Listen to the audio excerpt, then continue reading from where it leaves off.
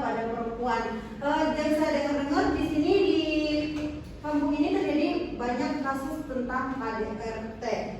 Apakah benar? Baik Bu, di sini saya akan memberikan leafletnya ya Bu, dibaca selama saya melakukan penyuluhan.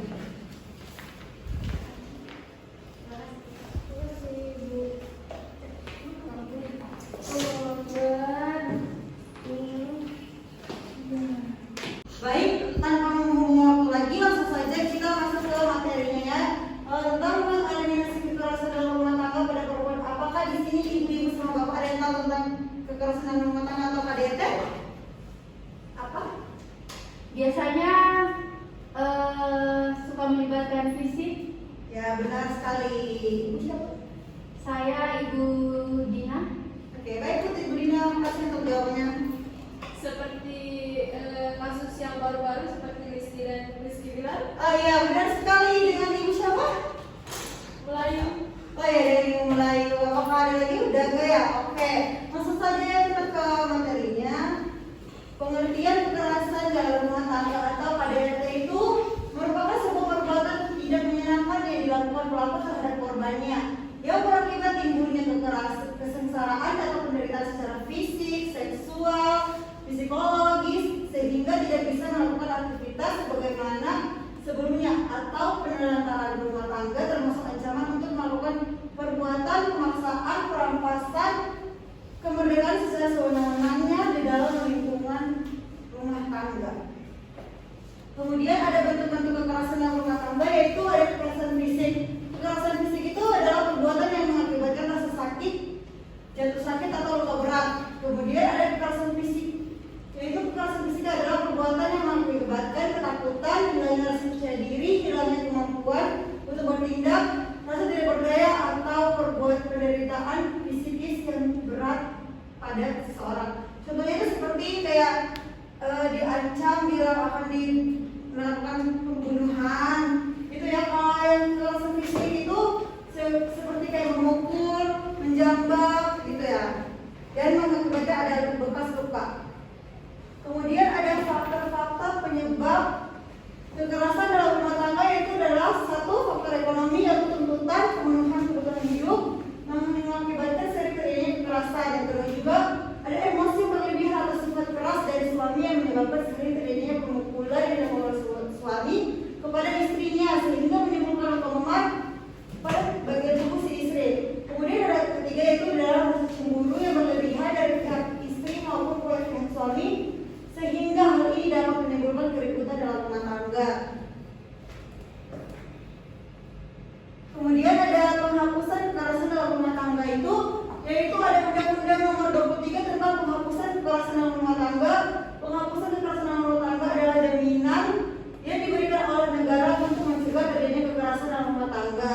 Kemudian larangan kekerasan dalam rumah tangga pada pasal 5, setiap orang dilarang melakukan kekerasan dalam rumah tangga terhadap orang dalam lingkup rumah tangga dengan cara kekerasan fisik dan juga penelantaran dalam rumah tangga.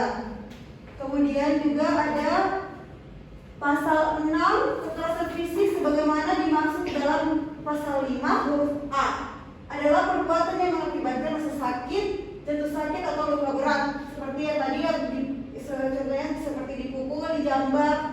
Kemudian pasal 7 itu adalah kekerasan fisik sebagaimana dimaksud dalam pasal 5 huruf B adalah perbuatan yang mengakibatkan ketakutan, hilangnya rasa percaya diri, hilangnya kemampuan untuk bertindak, tidak berdaya atau penderitaan psikis berat pada seseorang. Itu yang dapat mengakibatkan seperti seorang istri itu gangguan cemas, gangguan tidur, diakibatkan ada ancaman-ancaman yang dapat mengancam kehidupannya kayak gitu. Kemudian banyak ya. Kemudian ada pasal 9 1 yang setiap orang dilarang menelantarkan orang dalam rumah lingkup rumah tangganya, padahal menurut hukum yang berlaku baginya atau karena persetujuan atau perjanjian dia wajib memberikan kehidupan, perawatan atau pemeliharaan terhadap orang tersebut. Itu contohnya kayak menafkahi, harus banget seorang suami itu menafkahi istri dan juga anak-anaknya, karena itu wajib. Kemudian kedua adalah penelantaran sebagaimana dimaksud pada pasal 1 juga berlaku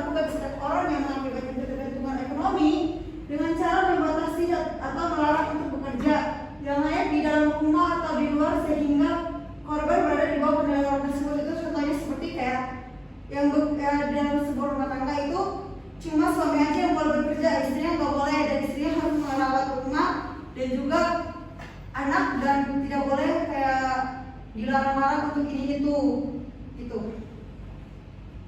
Baik, itu saja presentasi dari saya penyuluhannya. Apakah di sini ada pertanyaan dari Bapak dan Ibu? Baik Bu, saya persilakan. Sebelumnya perkenalkan, saya Denas. Saya ingin bertanya, mengapa ya artis-artis itu semua mengalami karier kedua padahal kan ekonominya tercukupi gitu? Aku penyebabnya seperti itu. Oke, baik Bu, terima kasih atas pertanyaannya. Seperti yang sudah saya jelaskan di sini, faktor-faktornya itu adalah ekonomi. Kan pada artis juga kebanyakan ekonominya terpenuhi, tetapi mereka juga membalik pada terjadi kekerasan dalam rumah tangga itu karena ada faktor lain, yaitu emosi berlebihan atau sifat keras dari suaminya. Karena kan dari kasus-kasus yang artis-artis itu kan kebanyakan kalau diwawancarai lebih dalam lagi, itu kebanyakan terdapat bahwa suami-suami mereka itu memiliki sifat yang keras dan emosi yang berlebihan sampai dapat mengakibatkan kekerasan kepada istrinya tersebut, seperti itu. Itu bukan ekonomi saja sebagai faktor utamanya, ada juga faktor keduanya itu adalah emosi dan juga rasa cemburu, karena mungkin cemburu juga karena mungkin suaminya cemburu karena penghasilan istri lebih banyak atau gimana gitu, seperti itu. Apakah bisa diterima dan dipahami? Baik, terima kasih. Apakah